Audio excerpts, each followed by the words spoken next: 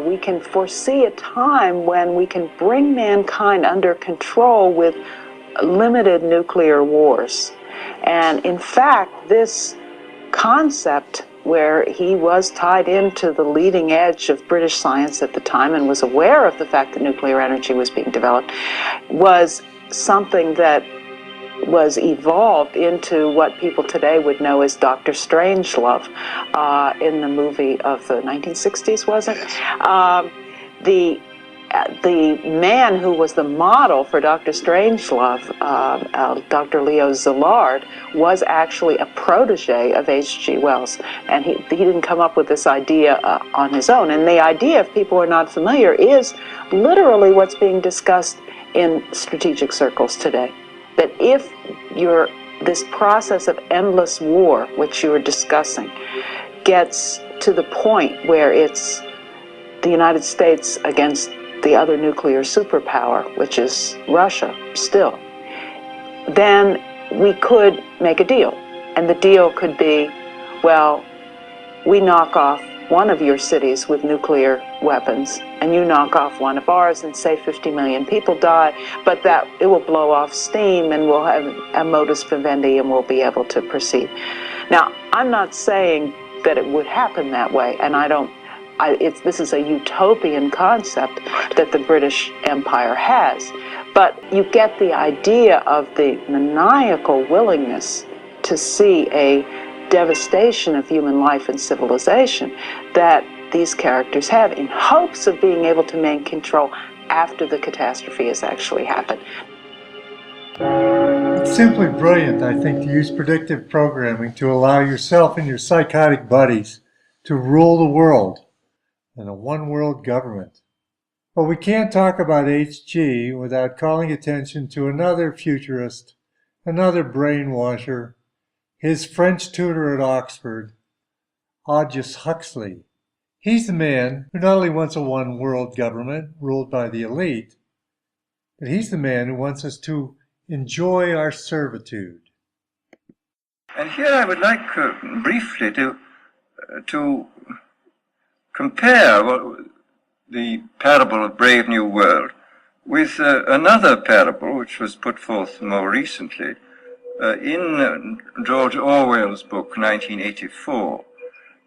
I'm inclined to think that the scientific dictatorships of the future, and I think there are going to be scientific dictatorships in many parts of the world, will be probably a good deal nearer to the Brave New World pattern than to the 1984 pattern. They will be a good deal nearer, not because of any humanitarian qualms in the scientific dictators, but simply because the Brave New World pattern is probably a good deal more efficient than the other. That if you can get people to consent to the state of affairs in which they are living, the state of servitude, the state of being, well, it seems to me that the nature of the ultimate revolution with which we are now faced is precisely this, that we are in process of developing a whole series of techniques which will enable the controlling oligarchy, who have always existed and presumably always will exist, to get people actually to love their servitude. People can be made to enjoy a state of affairs which, by any decent standard, they ought not to enjoy. And these methods, I think, are a real refinement on the older methods of terror, because they combine methods of terror with methods of acceptance. But then there are various other methods which one can think of. There is, for example, the pharmacological method. This was one of the things I talked about in Brave New World. And the result would be that, I mean, you can imagine a euphoric which would make people thoroughly happy even in the most abominable circumstances. I mean, these things are possible. You know, listening to him, every time I listen to him, I realize why pompous ass is melting into one word, not just two separate words anymore. I wonder if eventually it'll be hyphenated or just be one total word. In their work, Pike, Wells, Huxley, and many others, in more recent times like Spielberg, are programming us to look at this world of slavery as something that we should look forward to. Remember the Hunger Games? In 1958, this character, Huxley, gave us a closer glimpse of what was to come and how it was to be accomplished in a publication called The Brave New World Revisited. It was written in 1958. If you're interested in details, this is where you can find it. Read it and look around. It's available as a download on the net. If you're into linear time, predictive programming, or trying to avoid one world order, we should do a whole podcast on this document. But here's an idea. He touts Hitler as the master of brainwashing and mind control. Huxley, in this 1958 text, writes, quote, "Under the Nazis, enormous numbers of people were compelled to spend an enormous amount of time marching in serried ranks from point A to point B and back again to point A. This keeping of the whole population on the march seemed to be a senseless waste of time and energy.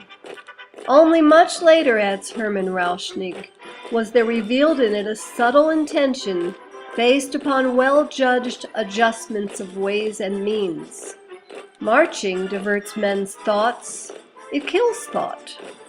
Marching makes an end to individuality.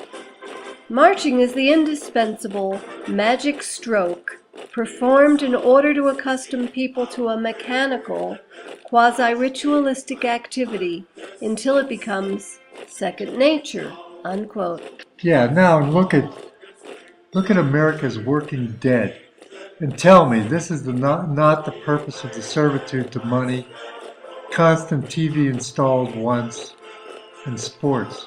Just keep working. Don't look up. Get another job if you can. You need more money. You need a new car. Just keep marching. Just keep marching. I think it's incredibly sad, and it's going to impact on what we're going to talk about at the end of this podcast. Very sad. It is very sad. The third type of time is cyclical time. This idea sees time as a series of circles within other circles, containing smaller and smaller circles. This is the natural view of time, since everything in nature is cyclical. In nature, there are no straight lines. That's right, no straight lines. Day follows night and then repeats. The moon cycles continually affect the tides and the fluids in people's bodies. Werewolves cycle in and out of werewolfiness. The sun cycle makes a year. And there are even larger astrological cycles that may affect life on the planet. Now, this doesn't preclude cause and effect, but it gives a larger context for cause and effects to take place. This view of time has always been ridiculed and discouraged by the powers that be. The Christian Church wanted to root out pagan, cyclical thinking like astrology and alchemy. They used to teach that, quote, "only the wicked walk in circles," end quote. And then there's technology that overcomes cyclical time. Artificial light overcame the daily cycle. Climate control overcame the seasons. Refrigeration overcame the agricultural cycles. High-tech medicine pushed out the traditional rest and recovery cycle. During cyclical time, people valued patience, ritual, and the relatedness of parts to the whole, and the healing power of time. Within linear time, people value haste, destruction of the past, and the degeneration of the whole, replaced by the parts. Just look at modern medicine. In cyclical time, there is some notion of security, but in linear time, living and dying and cause and effect, anything can happen. Wars break out, dictators are toppled, economies collapse, and populations trend this way and that way based on immediate cause, not on cyclical patterns. We know about the seasonal cycles because in some latitudes they're still hard to ignore, but there are many others. There are astrological cycles, the Yuga cycles, and even the cycles of man's life in the saeculum cycle. Astrological cycles have been ridiculed, and common people that used astrology are largely simply thought to be insane, simply gaslighted by the establishment order, the deacons of linear time. But everyone knows that Ronald Reagan used astrology all the time in his life, and hardly any are aware of a J.P. Morgan quote about astrology, which read, quote, "Millionaires don't need astrology, billionaires do," unquote. You can bet that the inbred elite use all the magic that they can to rule your life, while at the same time stripping astrology of its basics and relegating it to the funny papers. The major effect on our life today by astrology is probably the process of the precession of the equinox. We're moving from Pisces into Aquarius, and we're probably on what they call the cusp. That's a period of time in between the two where you can feel effects of both sides, of the Pisces side and the Aquarius, and we'll get more and more involved in Aquarius as it comes forward. Now, I want you to keep in mind that astrology in the West has been persecuted since the early Christians. So much of the information that would make this a little bit more predictable or a little bit more concrete has been lost down through the years, because remember, astrologers today are laughed at. Astrologers in past have been killed, burned at the stake. So we have lost a lot of what we know. As I said before, we're moving from the sign of Pisces to the sign of Aquarius, and they're very different signs. Pisces is a water sign, and it's symbolized by two fish, one swimming one way, one swimming the other day, both strapped together. It's kind of a trapped predicament. And remember, this is the era, the age of Pisces, when Christianity dominated much of the West. And of course, the symbol of Christianity is the fish.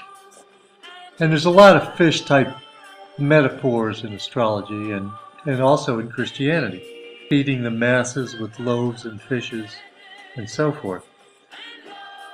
Aquarius is a real different kind of attitude and a real different kind of mood. It's an air sign, so it's very energetic and it's very fast-moving. It likes matrices and puzzles, and it's symbolized by a beautiful boy that brings water to the gods. By the way, some people think Aquarius is a water sign. It's not. It's an air sign. It's just the water bearer. Now, I think what's really interesting about this is that each of the signs has a motto. For example, the motto in Aries, when we were in Aries times, was "I am." And it's interesting, I think, that the motto in Pisces is "I believe," because Pisces was a time of strong beliefs and war fought over beliefs. And I think that's why during the cusp, our beliefs are getting corrupted, because in the age of Aquarius, the motto is, "I know."